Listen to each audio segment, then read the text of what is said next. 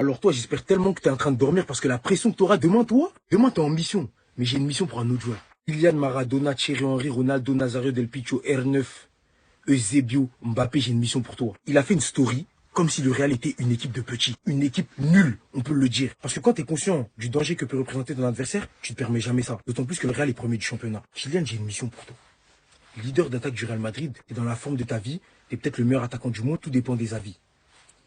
Demain, je t'en supplie, mais fais une célébration de laquelle on se rappellera pendant des années et tu la mets en story. C'est toi le roi dans ça normalement. Mais tu restes respectueux parce que tu as les codes du football. Comme je le répète, ça fait partie intégrante du professionnalisme de pas charrier ses adversaires avant un match. Ça, c'est pas des choses qui se font. Parce que si tous les joueurs de football se permettent de faire ça, on se sort plus. Et ça va finir en télé-réalité. Et c'est pas ça. Dans l'esprit du sport, comme je le répète, le respect fait partie intégrante du professionnalisme. Ça va de pair.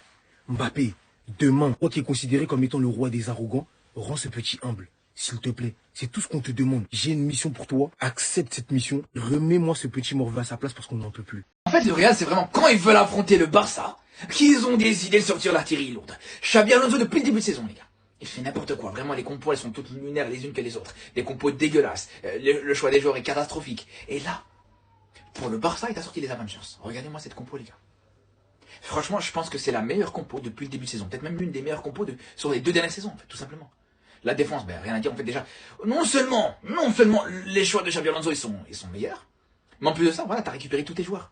Ça, j'en parlais hier, les gars, mais en dehors de ça, voilà, la défense au complet avec Valverde. Valverde, bon, j'ai envie de vous dire, les gars, même si tu pourrais mettre Alexander Arnold, Carvajal, franchement, avec ce que fait Valverde en tant que latéral droit, et je pense même que c'est plus dangereux, ça m'inquiète même plus qu'un Alexander Arnold ou un Carvajal actuellement. Le milieu de terrain, regardez-moi ce milieu de terrain, les gars.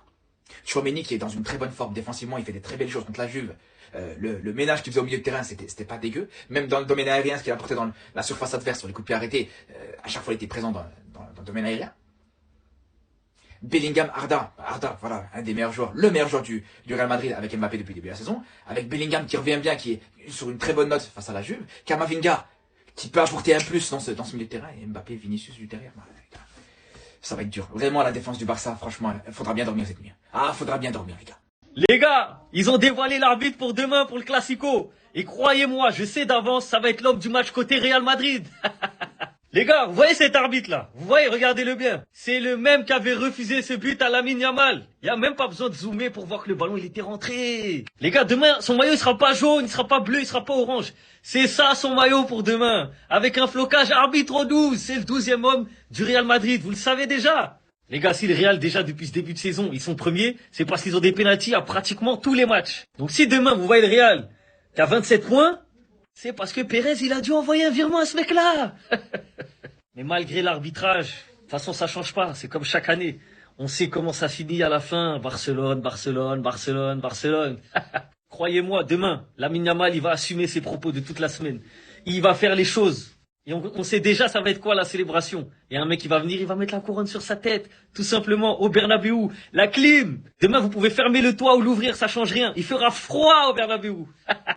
Hansi Flick a tout prévu pour le Classico demain, c'est simple les gars, il va tout miser sur l'attaque, le gros point fort du FC Barcelone. Donc le Barça jouera avec une attaque tous azimut contre le Real Madrid. Le plan tactique est très offensif. C'est pas moi qui l'invente, ça fait la une aujourd'hui du Journal Sport. Donc tout misé sur l'attaque demain bien sûr lors du Classico. À noter, c'est confirmé par le Journal Sport que Ferran Torres devrait commencer titulaire. Du coup, voici la ligne d'attaque normalement pour le FC Barcelone demain les gars. Donc Ferran Torres en numéro 9, Rashford ailier gauche et Lamine Yamal ailier droit. Et concernant Lamine Yamal, qui est très attendu, surtout par rapport à ses propos là ces derniers jours sur le Real Madrid, où il a dit que le club madrilène est un club de voleurs et qui se plaignait toujours.